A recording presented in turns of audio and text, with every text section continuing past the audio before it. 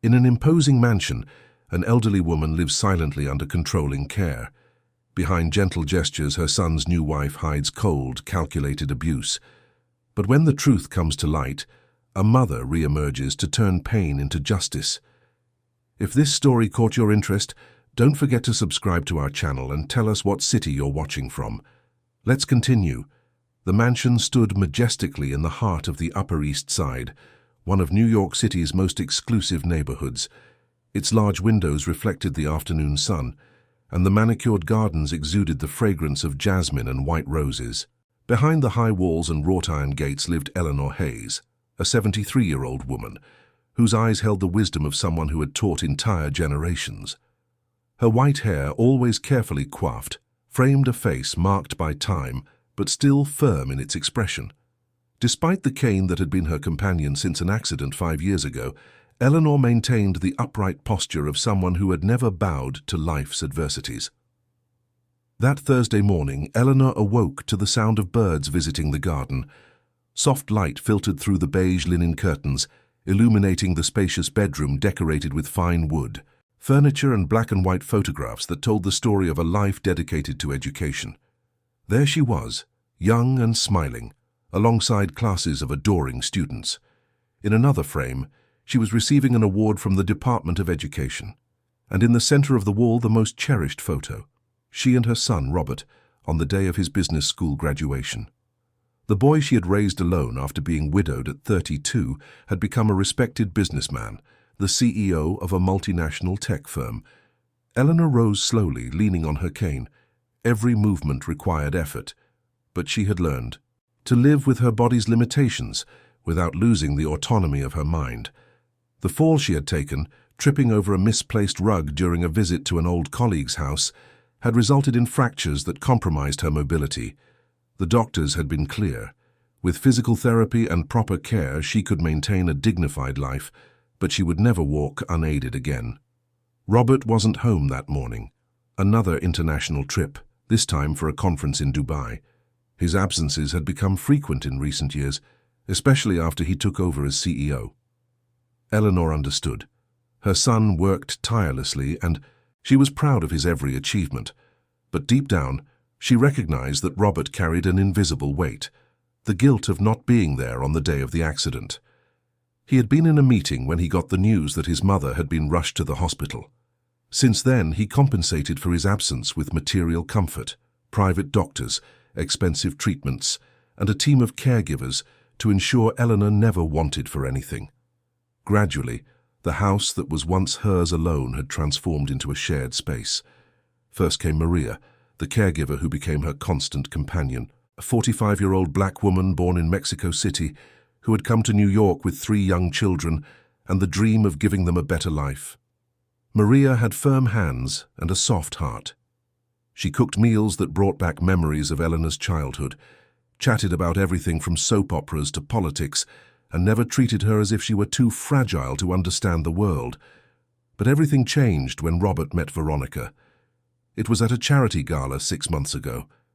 Robert came home talking about a stunning, elegant woman with a smile that could light up any room.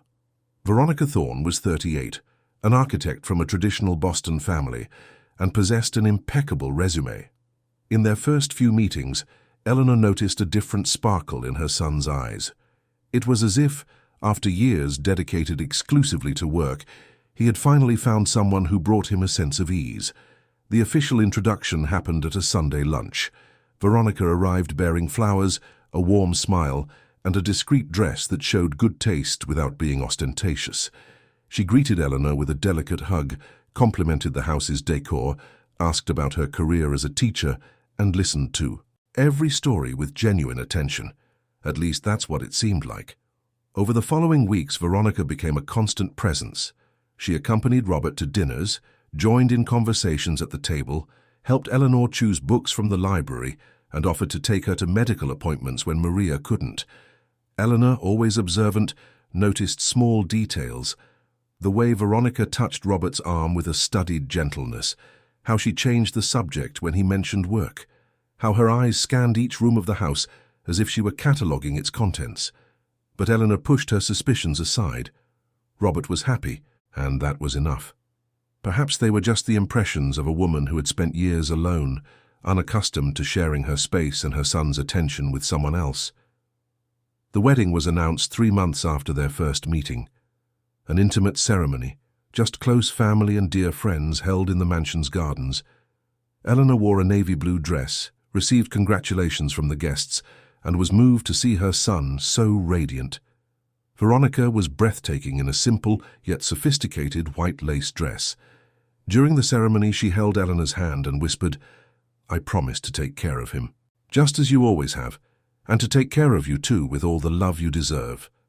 The words sounded sincere. Eleanor squeezed her hand back, feeling relieved. Perhaps finally the weight Robert carried could be shared.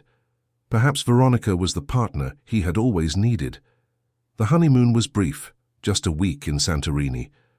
When they returned, Veronica officially moved into the mansion. Eleanor insisted the couple take the master suite on the 2nd floor, while she would remain in the ground floor bedroom, which was more accessible given her limitations. Veronica thanked her with a smile, but suggested small changes to the decor, arguing that the house needed to be updated to reflect the family's new chapter. Little by little, old paintings were replaced with modern art. The heavy furniture gave way to minimalist pieces. Eleanor didn't object. After all, it was natural for a new resident to want to put her own stamp on the space. But when Veronica suggested that some of Eleanor's personal items be stored in boxes to make cleaning easier, something inside her shuddered. The first few weeks were peaceful. Veronica would wake up early, prepare coffee for Robert before he left for the office, and then come down to Eleanor's room to ask how she had slept. She brought coffee on a silver tray with toast, homemade jams, and artfully cut fruit. She made small talk, asked if Eleanor needed anything, and offered to read her excerpts from the newspaper. Maria, who had always been responsible for this care, began to be relieved of some of her duties. At first, Maria saw no problem. She was even grateful, as it allowed her to focus more on cleaning the house and preparing meals. But she soon noticed something was different. Veronica started to give her opinion on Eleanor's menu, arguing that some foods were too heavy for a person her age. The beef stew that had always been Eleanor's favorite dish was replaced with light salads and thin soups. The cornbread Maria baked on Saturdays was no longer served, as Veronica considered the sugar harmful. Eleanor didn't complain. She didn't want to create conflict. After all, Veronica was Robert's wife, and her intention seemed to be only to care for her. But hunger began to gnaw at her between meals, and her body, used to hearty food, felt weak. Maria noticed. She started saving extra portions in the refrigerator, serving them secretly when Veronica wasn't around. Eleanor accepted gratefully, but a silent discomfort settled in her chest. Why did she have to hide what she ate in her own home? Robert traveled again, this time to Tokyo, where he would spend 2 weeks closing an important deal. As he said goodbye, he hugged Eleanor tightly and asked Veronica to take care of everything. Veronica smiled, kissed her husband on the cheek, and waved until the car disappeared through the gate. As soon as Robert left, the house changed. On the first day, Veronica entered Eleanor's room at 7 in the morning, yanking open the curtains with a brusque movement that flooded the room with aggressive light. Eleanor woke with a start, blinking against the sudden brightness. "Good morning, Eleanor," Veronica said, in a tone that tried to sound cheerful but carried an icy undercurrent. "We can't stay in bed all day, can we? Let's get up, take a shower, and have something light to eat." Eleanor sat up slowly, rubbing her eyes. Before she could even reach for her cane, Veronica had already moved it from its usual spot and placed it on the other side of the room. "I think it's best if you don't depend on it so much," Veronica commented, crossing her arms. "Doctors always say we need to exercise our mobility. Try walking without it, just a few steps." Eleanor hesitated. Her knees ached, and without the cane every step was an uncertainty, but she didn't want to argue. She leaned on the dresser and walked slowly to the bathroom, feeling her body tremble. Veronica watched, impassive, without offering help. Breakfast was served in the living room, no longer in her bedroom as usual. A cup of bitter green tea and 2 dry pieces of toast without butter. Eleanor ate in silence, her stomach growling. "Maria has the day off today," Veronica announced, sitting across from her. "I thought she deserved a break. She's been working so hard after all. I'll take care of you myself." Eleanor nodded, but something inside her tightened. Maria never took a day off without notice, and according to the calendar, her next day off wasn't until Sunday. The day dragged on. Veronica kept Eleanor in the living room, saying the sun was good for her but forgot to bring her water. When Eleanor asked, Veronica replied with a polite smile, "I'll be right there," but took nearly half an hour to return. Lunch was a thin vegetable soup, served lukewarm, without salt. Eleanor ate what she could, but the hunger persisted. In the afternoon, Veronica suggested Eleanor rest on the sofa while she organized some papers in the office. Eleanor agreed, but as soon as she closed her eyes, she heard the sound of drawers opening. She opened her eyes and saw, through the crack in the door, Veronica rummaging through Robert's personal documents. A chill ran down her spine. When Maria returned, the next day she found Eleanor thinner, with dark circles under her eyes and a look that couldn't hide her apprehension. Maria prepared a hearty breakfast with buttered toast and scrambled eggs and served it in the bedroom, away from Veronica's eyes. "Are you okay?" Maria asked, holding Eleanor's hand. Eleanor hesitated. Part of her wanted to tell her everything, but another part feared causing trouble. After all, Veronica was Robert's wife. What if she was just being careful in her own way? What if Eleanor was exaggerating, letting herself be carried away by unfounded impressions? "I'm fine, Maria," she replied, forcing a smile. "Just a little tired." But Maria didn't believe her. She had known Eleanor for years, and she knew the look of someone who was afraid. In the following weeks, the situation gradually worsened. Veronica began to control every aspect of Eleanor's routine. The meals became even more scarce. The medications, once organized by Maria, were now administered by Veronica, who often forgot the schedules. Physical therapy, essential for maintaining her mobility, was cancelled under the pretext that the therapist had raised his rates too much. Eleanor began to feel constant pain. Her knees swelled, and walking became an ordeal. But when she mentioned the pain, Veronica would respond with a weary sigh. "It's your age, Eleanor. The body isn't what it used to be. We have to accept it." The cane kept disappearing. Sometimes it was in the hall closet, other times in the garden, as if it had been left there by mistake. Eleanor had to ask Maria for help to find it, and Veronica would always appear with a subtle comment. "You've been very forgetful lately, haven't you?" Small humiliations piled up. When Eleanor asked to watch a TV show, Veronica would change the channel, saying the content was inappropriate. When she tried to call an old colleague, Veronica would take the phone away, arguing that long conversations were too tiring. The books Eleanor loved so much began to vanish from the shelves, replaced by interior design magazines that held no interest for her. Maria watched everything with growing concern. She tried to confront Veronica, but was met with cold smiles and evasive answers. One morning, when she questioned why Eleanor hadn't eaten properly, Veronica responded in a low, sharp voice, "Be careful what you say, Maria. Paperwork can be reviewed. Situations can change. I'm sure you don't want any trouble, do you?" Maria turned pale. She had come to the US on a work visa, but knew that small irregularities could be used against her. She had 3 children depending on her salary. She couldn't take the risk, but she couldn't stand by and do nothing either. She began to write everything down, dates, times, phrases. She discreetly photographed the meals Eleanor received. She recorded short snippets of conversations on her old cell phone. She saved everything on a flash drive hidden at the bottom of her purse.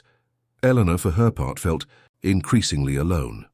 Robert called every day, but the conversations were brief, punctuated by Veronica's comments in the background.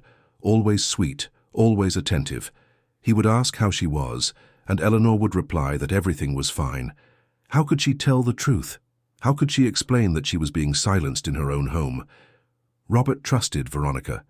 He loved Veronica, and Eleanor didn't want to destroy her son's happiness over suspicions she couldn't even fully name herself.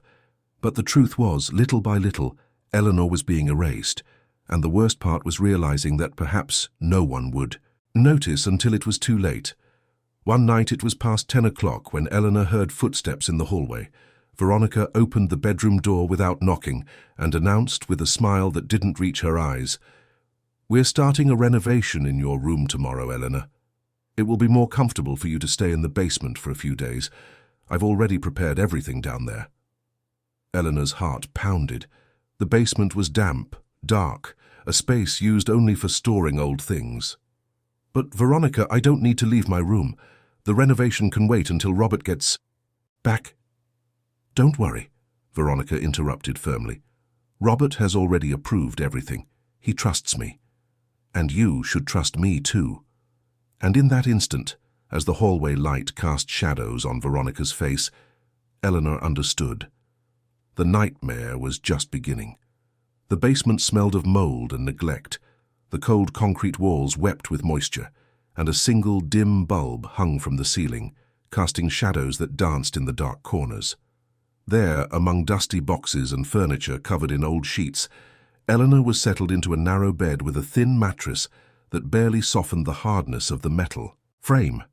There were no windows. The air was heavy, hard to breathe, thick with a silence that seemed to swallow any sound. Veronica came down the stairs carrying a threadbare blanket and a stained pillow. She tossed them onto the bed with a careless gesture and turned to Eleanor, who remained standing, leaning against the wall, trying to comprehend how her life had come to this. "The renovation should take a week at most," Veronica said, tucking a strand of hair behind her ear. Her voice was calm, almost motherly, but her eyes remained cold, calculating. "As soon as it's done, you'll be back in your room. In the meantime, it's perfectly adequate down here. You have a bed, you have light, you have everything you need." Eleanor looked around. There was no bathroom. There wasn't even a chair where she could sit with dignity. Just the bed, the boxes, and the unbearable smell of dampness that seeped into her lungs. "And the bathroom?" Eleanor asked, her voice faint, almost a whisper. Veronica sighed, as if the question were an unnecessary bother. "I'll bring you a bedpan, don't worry, I'll take care of everything myself." A bedpan. The word echoed in Eleanor's mind like an insult. She, who had always guarded her dignity, who had taught hundreds of students about respect and autonomy, would now be reduced to using a bedpan like a helpless invalid. "Veronica, please," Eleanor tried again, reaching out a hand in a gesture of supplication. "I don't have to stay here. I can sleep in the living room or anywhere else. Just don't leave me down here." Veronica took a step forward, moving closer until her eyes were level with Eleanor's. There was something disturbing in that gaze, a coldness that seemed to suck out any trace of humanity. "You're behaving like a child," Veronica said slowly. "Robert trusted me. He knows I'm taking the best possible care of you.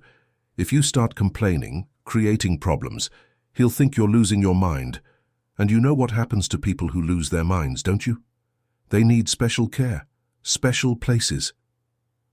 The threat was clear. Eleanor felt her legs tremble, and it wasn't just from physical weakness. It was fear.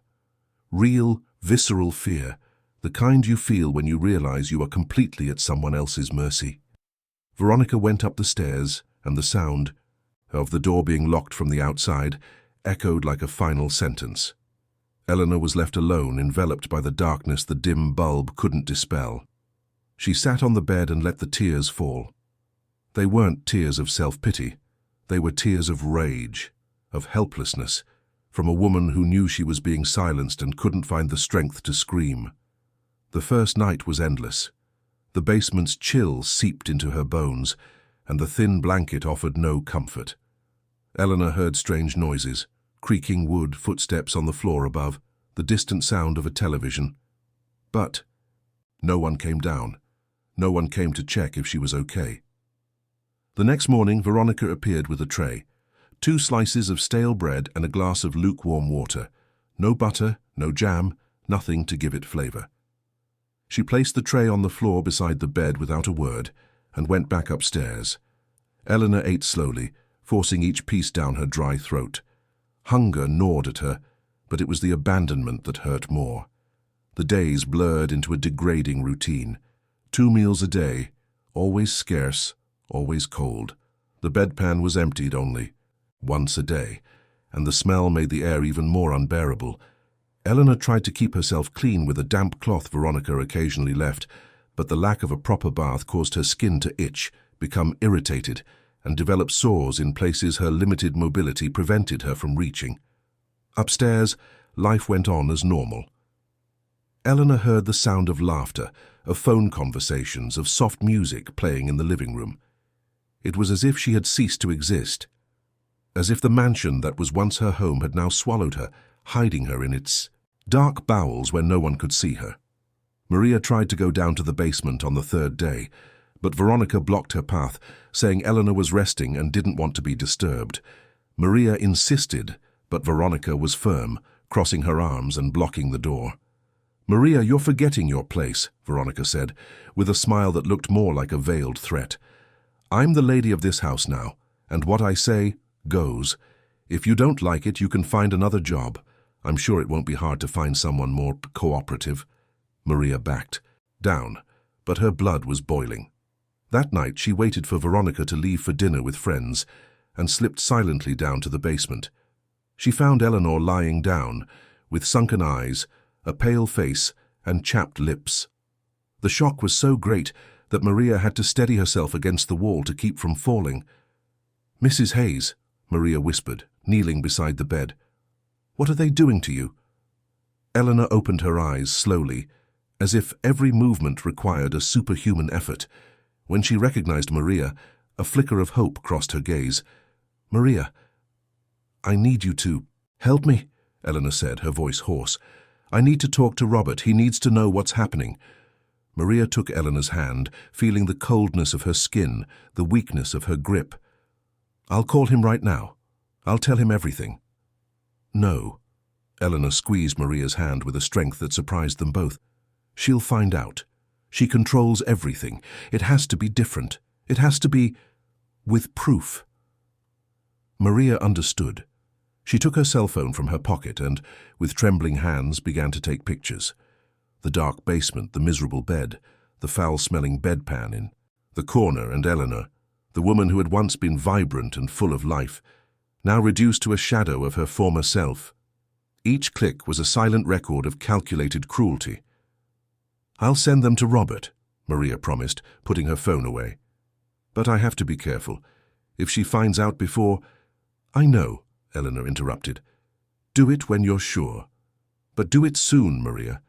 I don't know how much longer I can hold on." Maria hugged Eleanor, feeling tears wet her shoulder. When she went back upstairs, she locked her emotions away and returned to her household duties, pretending nothing had happened. But Veronica was no fool. She noticed the subtle change in Maria's behavior, the way she avoided eye contact, moved through the house with excessive haste, checked her phone frequently. The next morning, Veronica summoned Maria to the office. "Sit down," Veronica ordered, pointing to the chair in front of the mahogany desk. Maria complied, keeping her hands folded in her lap, trying to control her trembling. "I've noticed you've been very interested in Eleanor's well-being," Veronica began, lazily flipping through a folder of documents. "It's admirable, really, but I think you're overstepping your bounds." Maria didn't answer. She knew any word could be used against her. Veronica opened the folder and pulled out a copy of some documents. "Look what I found. Minor irregularities in your work visa. Nothing too serious, of course, but enough to cause complications. Deportation, perhaps. And your children. Would they stay here or go back with you to Mexico City?" Maria's blood ran cold. It was true. There was a small bureaucratic gap she had always planned to fix, but the rush of life had never allowed it. And now Veronica held that information like a weapon. "What do you want?" Maria asked, swallowing her pride. Veronica smiled. "Just for you to keep doing your job. Cleaning, cooking, laundry, and to forget what you saw in the basement. Eleanor is fine. She's just resting. And if anyone asks, you'll say exactly that, understood?" Maria nodded, but inside a silent rebellion was growing. She wouldn't give up. She just had to be smarter.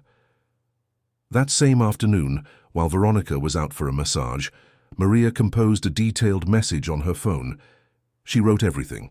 The scarce meals, the basement, the threats, Eleanor's physical deterioration. She attached the photos she had taken.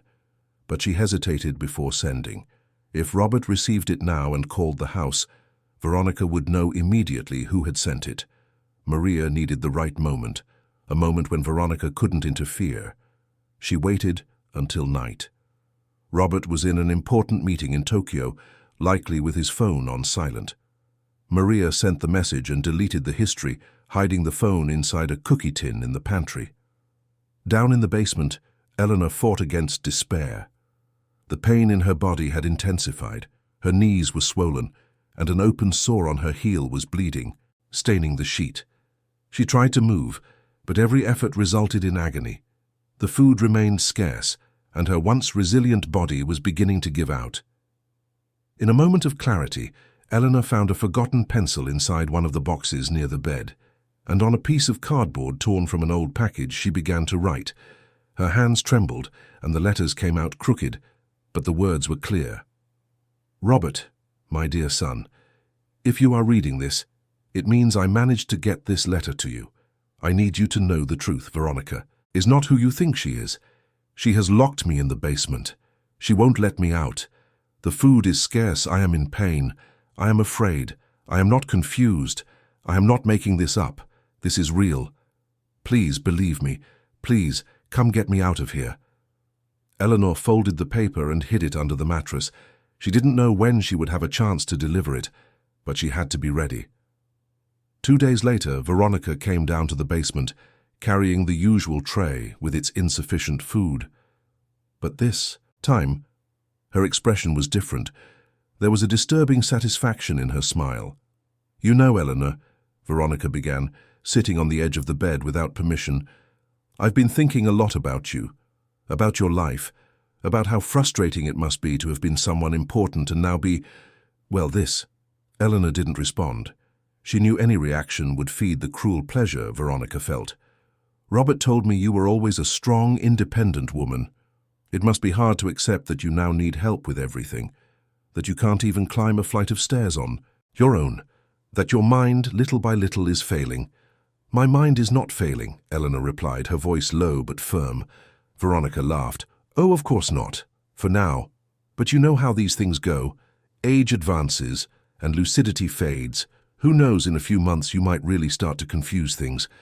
And when Robert comes back, I'll just have to regret that you're no longer fit to live alone. Maybe it's time to think about a specialized place. A nursing home, perhaps. The words were pure poison. Eleanor felt her breath catch, her heart race. Veronica was planting a narrative, and the worst part was knowing that when the time came, Robert would believe it, because he trusted his wife, because he wanted to believe his mother was being well cared for. Veronica stood up and walked to the door. Before going up, she turned one last time. Oh, and that letter you hid under the mattress. I found it, and I tore it up. It's no use trying, Eleanor. No one is going to save you. The door closed, and the sound of the lock echoed like a death sentence. Eleanor collapsed, her body shaking, with silent sobs. The letter, her only hope, destroyed. But then a memory crossed her mind, the words she always repeated to her students. As long as there is life, there is hope. As long as there is a voice, there is a fight. Eleanor wiped her tears. She no longer had the letter. She no longer had her strength, but she still had her mind, and she still had Maria. Upstairs, Maria obsessively checked her phone, waiting for a response from Robert. The hours passed, and nothing, until in the early morning the phone vibrated. A message from Robert. Maria, I got your photos. I'm in shock. I can't believe it. I'm wrapping everything up here immediately and coming home. Don't say anything to Veronica. I'll arrive by surprise tomorrow night. Please, take care of my mother until then. I'm bringing help. Maria read the message 3 times, making sure she wasn't dreaming. Tears of relief streamed down her face, soaking her pillow. Robert was coming, and this time the truth would come out. But there was still 1 day left, a day that could make all the difference between life and something worse. The sun was already setting. Behind the New York City skyline, when Robert Hayes stepped out of the cab in front of the Upper East Side mansion, his heart was pounding and his hands were sweating as he held his suitcase. 2 men accompanied him, Dr. Michael Vance, the the family's trusted physician for over 15 years, and Richard Miller, a criminal defense attorney Robert had known since college. Both had been summoned urgently, and both wore grave expressions. During the endless flight from Tokyo to New York, Robert hadn't been able to sleep. The images Maria had sent burned in his mind like a branding iron. His mother, Eleanor, the woman who had raised him alone, who had given up everything to provide him with an education and opportunities, was reduced to that deplorable state. And he, blinded by his trust in Veronica, had noticed nothing. The guilt was a crushing weight on his chest. How had he missed the signs? How had he allowed this to happen under his own roof? The questions hammered at him relentlessly, but now was not the time for regret. It was time for action. Robert opened the gate with the remote, and the three men entered silently through the front door. The house was quiet. A soft light emanated from the living room, where a cooking show was playing on the television. Veronica was sitting on the sofa, flipping through an architecture magazine, a glass of red wine in her hand. She wore a beige silk robe, her hair loose over her shoulders, the very picture of domestic tranquility. Hearing the door open, Veronica looked up, her face lighting up with a seemingly genuine smile. "Robert, what a wonderful surprise. I wasn't expecting you until next week." She stood up, walking toward her husband with open arms. But Robert didn't return the embrace. He stood still, looking at her with an expression Veronica had never seen before, cold, hard, accusatory. "Where is my mother?" he asked, his voice controlled but thick with restrained fury. Veronica blinked, confused. "Eleanor, she's resting. The renovation in her room finished yesterday, but she preferred to stay in the basement a little longer. She says it's cooler down there." "Liar." Robert took a step forward. "Where is my mother?" Veronica's smile faltered. Her eyes darted from Robert's face to the two men behind him, trying to understand what was happening. "Robert, what's wrong? Why are you looking at me like that?" "You know exactly what's wrong." Robert pulled out his phone and opened the photos from Maria. He turned the screen toward Veronica, who went pale at the sight of the images. "Explain this. Now." Veronica took a step back, placing a hand on her chest in a dramatic gesture. "Robert, I can explain. It's not what it looks like. Your mother, she's been having episodes. Mental confusion. Sometimes she doesn't recognize where she is. The doctor said it was normal for her age. I was just trying to protect her. The basement was a temporary solution to keep her from hurting herself." "Protect her?" Robert nearly shouted, his voice breaking. "You locked my mother in a damp basement with no bathroom, with barely any food, and you call that protection?" Dr. Vance, who had remained silent until then, stepped forward. "Veronica, as her physician, I need to see her immediately. If Eleanor is indeed in the basement, I need to assess her now. Any resistance will be considered obstruction." Veronica looked at the three men, realizing she was cornered. Her face, once masked by false sweetness, revealed a calculated coldness. "Do whatever you want, but I guarantee you'll regret it. Eleanor is senile. Anything she says is the delusion of a mind that no longer works." Richard, the lawyer, pulled a digital recorder from his pocket and activated it. "Everything said from this point forward is being recorded. Please take us to Mrs. Eleanor Hayes immediately." Veronica crossed her arms but didn't move. It was Robert who stormed across the room, grabbing the basement key from the hook where it was hidden inside a dresser drawer. Veronica watched impassive as he raced down the stairs, followed by Dr. Vance. What Robert found tore a cry of horror from him. Eleanor was lying on the narrow bed, so thin that her bones protruded beneath her skin. Her face was pale with deep-set dark circles, her lips cracked and dry. An infected wound on her heel stained the sheet with blood. The smell of the basement, a mixture of mold, urine, and neglect, was suffocating. "Mom." Robert knelt beside the bed, taking her hand gently, as if afraid she might break. "Mom, it's me, Robert. I'm here to get you out." Eleanor opened her eyes slowly. For a moment she seemed not to recognize him, as if looking through a thick fog, but then gradually awareness returned. "Robert." Her voice was a thin, hoarse thread, but it carried relief. "You came. You really came." I came, Mom, and I will never let anyone hurt you again. Robert pressed her hand against his face, feeling tears stream down his cheeks unchecked. Dr. Vance approached, opening his medical bag. He began to examine Eleanor with precise movements, checking her blood pressure, her pulse, inspecting the wound on her heel. His expression grew darker by the second. Severe malnutrition, dehydration, advanced bacterial infection in the heel, likely developing pneumonia. Due to the dampness, Dr. Vance listed each finding in a tense voice. Robert, she needs to be hospitalized immediately. There's no time to lose. Robert nodded, unable to speak. He slipped his arms under his mother's frail body and lifted her carefully. Eleanor weighed less than he remembered, and it broke his heart even more. He climbed the stairs slowly, carrying her as if she were the most precious thing in the world. When he reached the living room, he found Veronica sitting on the sofa again, legs crossed, displaying a calm that contrasted violently with the gravity of the situation. Richard stood beside her, jotting something in a notepad. Veronica looked at Eleanor in Robert's arms, and for the first time, something akin to contempt crossed her face. You see how fragile she is. She can't withstand anything. That's why I had to take the necessary measures. Necessary measures? Robert walked until he was face to face with her. You tortured my mother. You humiliated her, deprived her of food, of dignity, of humanity, and you still have the audacity to call it care. Veronica stood up, adjusting her robe. I did what no one else wanted to do. I took on the burden of caring for an old woman who was becoming a liability. You should be thanking me. The ensuing silence was broken by a weak but clear voice. Eleanor, still in her son's arms, looked directly at Veronica. You didn't break my mind, Veronica. You tried. But you failed. And now everyone will know who you really are. Veronica opened her mouth to retort, but Dr. Vance interrupted. Robert, we need to go. Now. As they took Eleanor to the car, Richard stayed behind, handing Veronica a document. You are officially forbidden from leaving the city. The police will be contacted shortly, and an arrest warrant is being prepared.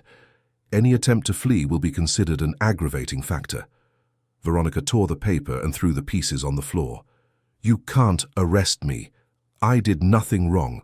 Eleanor is crazy. Everyone will see that. Richard ignored her and left, closing the door behind him. Veronica was left alone in the living room, surrounded by the heavy silence of the mansion. For the first time in months, her absolute control was beginning to crumble. At the hospital, Eleanor was taken directly to the ICU. A medical team worked for hours to stabilize her. IV fluids to combat dehydration, antibiotics for the infection, dressings for the wound, oxygen to aid her breathing. Robert remained outside, pacing the hallway, unable to sit still. Dr. Vance emerged from the emergency room, removing his mask. She's going to recover physically. Her body is resilient. But Robert, the psychological trauma, that's going to take time. A lot of time. I'll be here. For everything. Forever, Robert promised. While Eleanor received intensive care, the police arrived at the mansion with a search warrant. They went through every room, collected evidence, and photographed the basement. And in one of the closets in Veronica's room, they found something disturbing. A diary. The pages were filled with meticulous dated notes, detailing every action Veronica had taken against Eleanor. They weren't confessions of remorse. They were cold, almost clinical records of someone who viewed her own cruelty as an experiment. Day 10. Reduced her meals by half. She complains, but doesn't insist. She's weaker than I thought. Day 23. Hid her cane in the garden. It took her 4 hours to ask for it. The desperation in her eyes is interesting. Day 35. Moved her to the basement. Robert called today, but I told him she was fine. He believes everything I say. It's pathetic. Each page was further evidence of premeditation, of full awareness of her actions. The district attorney, upon reading the diary, classified the case as ongoing torture with the aggravating factor of elder abuse. Veronica was arrested the next morning while trying to board a flight to Boston. She claimed she was just visiting family, but the authorities didn't believe her. She was taken into custody, photographed, booked, and finally confronted with the irrefutable proof of her crimes. During the interrogation, Veronica maintained a neutral, almost bored expression.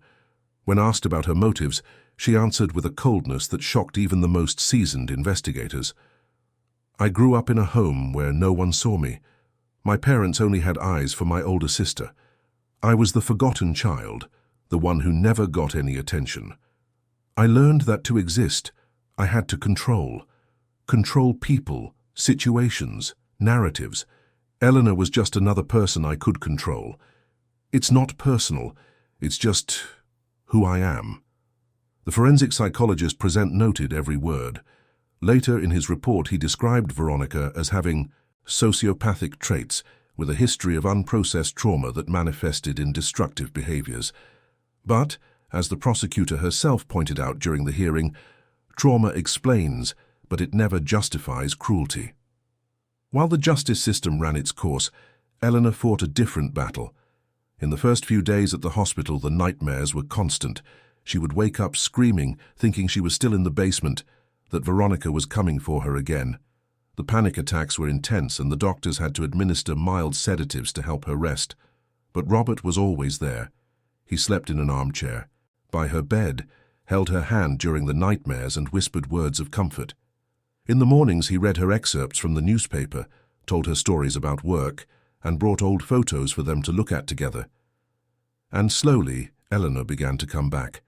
Not as the woman she was before, for that woman had been permanently scarred by suffering, but as a new version of herself, more fragile in some ways, yet incredibly strong in others.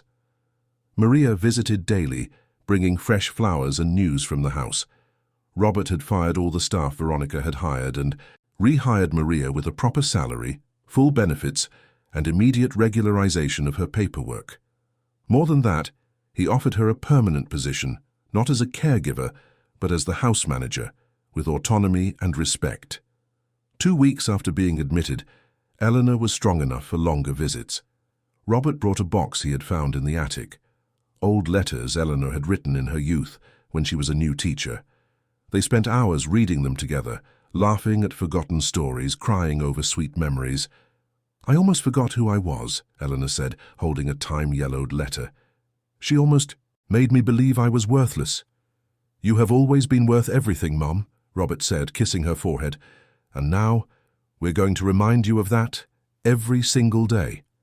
On the 30th day of her hospital stay, Eleanor was discharged. Her heel had healed, the infection was gone, and her weight had returned to a healthy level. But the doctors were clear. A full recovery would require intensive psychological support. Robert had already arranged everything. He hired a psychologist specializing in trauma and completely renovated the mansion, erasing any trace of Veronica. The basement was sealed off and would soon be transformed into something new, something that represented a new beginning, not imprisonment. On the morning they left the hospital, Eleanor paused at the door and looked back. "Thank you," she said, to the doctors, the nurses, to everyone who had cared for her. "You gave me my life back." But her true gratitude was reserved for the son who had finally learned that presence is worth more than any material compensation. And for Maria, the woman who had risked everything to expose an injustice, proving that courage doesn't always come with power, but it always comes with heart. The first few months back at the mansion were a delicate process of rebuilding. Eleanor once again occupied the ground floor bedroom, but now the space had been completely renovated. The walls were painted in soft shades of blue and white, colors that brought serenity. A comfortable armchair was placed near the window, where she could see the gardens that Maria tended with such care. Discreet grab bars were installed in the bathroom, and an intercom system allowed her to call for help at any moment. But most importantly, the door was never locked. Robert kept his promise. He stepped down as CEO of the multinational firm and took on a consulting role that allowed him to work from home 3 days a week. On the other 2, he went to the office only for essential meetings, but always returned before dinner. The guilt he had carried for not being present on the day of his mother's accident was transformed into concrete action, true presence, not material compensation. Mornings became sacred rituals. Robert would wake up early, make coffee and buttered toast, just how Eleanor liked it, and they would have breakfast together on the patio watching the birds in the garden. They talked about everything: politics, literature, memories of Robert's childhood, stories from Eleanor's teaching days. These weren't forced or therapeutic conversations, but genuine ones, the kind that reconnect two souls who had come dangerously close to being lost to each other forever. Therapy sessions with Dr. Megan Campbell, a psychologist specializing in trauma, took place twice a week. In the first few meetings, Eleanor could barely speak. The words would get stuck in her throat and tears would come without warning, but Dr. Campbell never pushed. She just listened, offering a safe space where Eleanor could process everything she had been through in her own time. As the weeks went by, Eleanor began to name her feelings: anger, sadness, shame for having felt so powerless, fear that it could happen again. Each emotion was welcomed, validated, and worked through. Dr. Campbell introduced breathing techniques for the panic attacks, and gradually the nightmares that had once woken Eleanor every night began to fade. But healing wasn't a straight line. There were days when Eleanor woke up feeling strong, able to walk through the gardens leaning only on her custom-made cane, crafted from fine wood with an ergonomic handle. And there were days when the simple act of going down to the living room required monumental courage, as every room still held echoes of the suffering she had endured. It was on one of these difficult mornings that Robert found something that would change everything. While reviewing old pictures of the house stored on an external hard drive, he noticed something odd. In a photo taken months earlier, a painting hung on the living room wall. An oil portrait of Eleanor at 40, commissioned by her late husband. It was one of the most cherished pieces in the house, a symbol of a love that had stood the test of time. But in the current photo, the painting was gone. Robert asked Maria, who confirmed it. Veronica had ordered the painting removed, claiming she needed the space for a modern piece, but no one knew where it had gone. Robert hired a private investigator, who traced the piece to an art gallery in Boston, where Veronica had sold it for a considerable sum, pocketing the money. The discovery had two consequences. First, it served as additional evidence in the criminal case, proving that Veronica had not only tortured Eleanor emotionally and physically, but had also misappropriated family assets. Second, when Robert recovered the painting and reinstalled it in the living room, Eleanor wept with relief. It was as if a part of her history, which had almost been erased, had been restored. But the revelations didn't stop there. During the police investigation, one of the former household employees, a young gardener named Kevin, approached Robert with disturbing information. Kevin confessed that in the final months he had witnessed some of the humiliations Veronica inflicted on Eleanor, and not knowing what to do, had decided to record a few moments on his phone. The recordings were shocking. In one, Veronica snatched Eleanor's plate away before she could finish eating, saying that old people don't need so much food. In another, Veronica screamed at Eleanor for spilling water, calling her useless and incompetent. Kevin explained that he had kept the recordings out of fear that no one would believe him, but now that the truth was out, he wanted to contribute to justice. The recordings were turned over to the prosecutor's office and became central pieces of the case. Veronica, who until then had tried to claim her actions were misinterpreted, could not deny the cruelty documented on video. The sentence was exemplary: 8 years in prison with no possibility of parole for the first 4, in addition to a substantial financial settlement to Eleanor for moral and physical damages. Eleanor followed the trial but chose not to be in the courtroom for the sentencing. She watched on television, alongside Robert and Maria. When the judge announced the sentence, Eleanor showed no satisfaction or desire for revenge. Just a deep sigh, as if she could finally release a weight she had been carrying for months. "Justice doesn't bring back what I lost," Eleanor said, turning off the television, "but it brings dignity, and that's enough." While justice took its course, Eleanor decided to do something she considered essential for her own healing: write. She started a journal of memories, not just about the suffering she had faced, but about her entire life. Her years as a teacher, the challenges of raising a son alone, simple joys, lost loves, lessons learned. Writing became therapy, a way to reconnect with the woman she was before Veronica tried to destroy her. Maria, noticing how much Eleanor valued this project, suggested something. Why not turn these memories into something bigger, something that could help other people going through the same thing? The idea took root. Eleanor began to write not just for herself, but with the countless people who suffer in silence, trapped in situations of abuse that no one sees in mind. The journal became a manuscript, the manuscript became a book, and the book, published a year later under the title Silenced Voices, A Survivor's Memoir, became a publishing phenomenon. But even before the book was published, another important transformation took place at the mansion. Robert proposed something symbolic, to transform the basement, where Eleanor had been imprisoned, into something that represented the opposite of what it once stood for. Eleanor agreed, and together they planned every detail. The basement was completely renovated. The damp walls were insulated and painted a luminous white. Large windows were installed, bringing in natural light for the first time. The smell of mold gave way to the scent of varnished wood and new books. Shelves lined every wall, filled with works of fiction, biographies, and books on human rights, overcoming adversity and empowerment. Comfortable armchairs were placed in corners, along with reading tables and cozy lamps. The new space was named the Eleanor Hayes Library, a space for reading and refuge. And it wouldn't be just for the family. Robert and Eleanor decided to open the space to young people in the community, especially those without easy access to books and quiet places to study. Maria took on the role of project coordinator, organizing hours, loans, and reading activities. The inauguration took place on a sunny Saturday afternoon.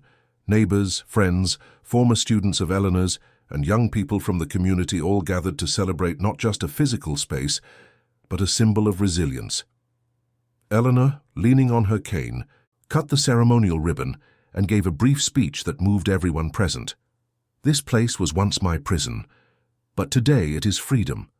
Freedom for anyone who wants to read, to learn, to dream, because no space, no person, no situation should ever rob us of the right to exist fully." As the library took shape and came to life, Robert was also undergoing profound changes. Inspired by his mother's journey, he decided to use his business experience to create something meaningful. He launched a startup focused on assistive technology for the elderly, smart devices that facilitated mobility, apps that connected families with caregivers with full transparency, and non-invasive monitoring systems that alerted to risky situations without violating privacy. The project was called Autonomy Tech and quickly gained recognition in the market. Robert wasn't just seeking profit, but social impact. A portion of the profits was donated to nursing homes and community centers for equipment. The company became a benchmark for innovation with purpose, and Robert was invited to give talks and attend conferences where he shared not only his technical know-how, but also his personal story. "I almost lost my mother because I wasn't present, not just physically, but emotionally. This company is my way of ensuring that other children don't make the same mistake." A year after the events that nearly destroyed Eleanor, she received an unexpected invitation. A major television network wanted to interview her for a special on overcoming adversity and seniors' rights. Eleanor hesitated. Exposing herself publicly, reliving painful details in front of cameras, was terrifying. But Dr. Campbell encouraged her, Maria supported her, and Robert made it clear that the decision was entirely hers. Eleanor accepted. The interview was filmed in the mansion's gardens, a setting that contrasted with the darkness of the basement where she had been just months before. Wearing a simple blue dress, her white hair elegantly coiffed, Eleanor answered the questions with a serenity that impressed everyone. She didn't shy away from the difficult details, but she also didn't dwell solely on the suffering. She spoke about the importance of speaking out, of not being silenced, of seeking help. But the most impactful moment came at the end, when the host asked what she would say to someone going through a similar situation. Eleanor looked directly into the camera and in a firm voice said, "Abuse can be found where you least expect it.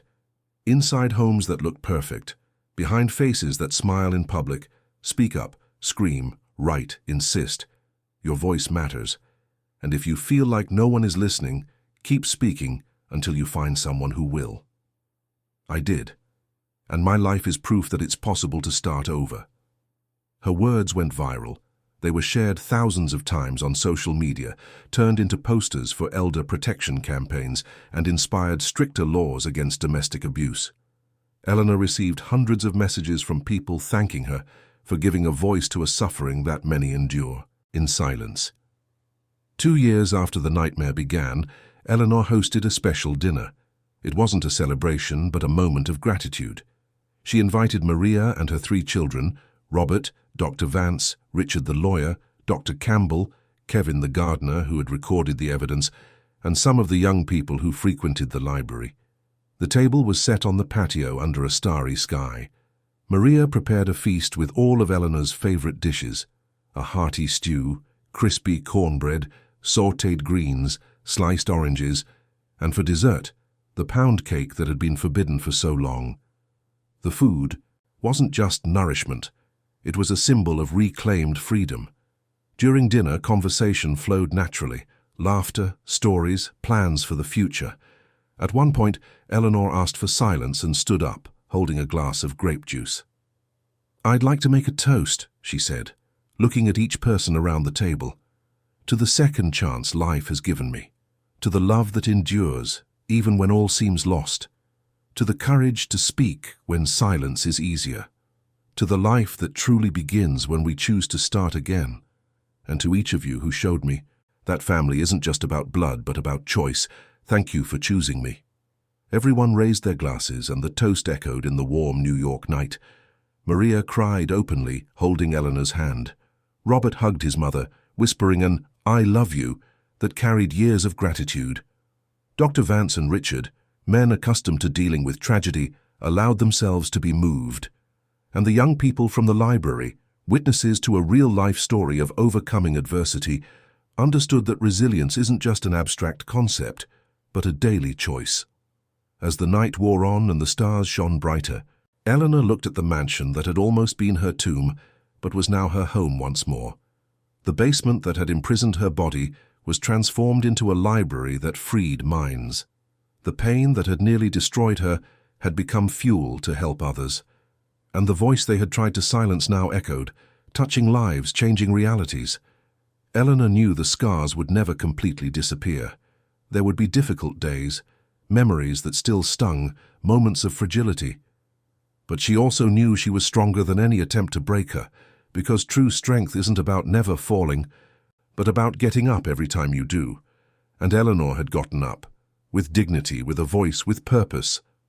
There under the stars, surrounded by those who loved her, Eleanor finally found peace. Not the peace of forgetting, but the peace of someone who had transformed trauma into a legacy, pain into purpose, and silence into a voice that resonates.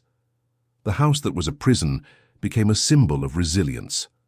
A woman whose voice was silenced finally found her freedom, and her story transformed not only her own life but the lives of many others who learned through her that even in the deepest darkness, there is always a light waiting to be found. Dear listeners, we hope Eleanor's story has deeply touched your heart. If you were moved by this journey of survival, please leave a like, subscribe to the channel, and tell us in the comments which moment resonated with you the most. Every day we bring you intense stories like this one, revealing the deepest side of the human soul and reminding us that dignity and courage can transform even the most difficult situations. We'll see you in the next episode, with more stories that inspire, move, and make us reflect on the extraordinary strength that exists within each of us.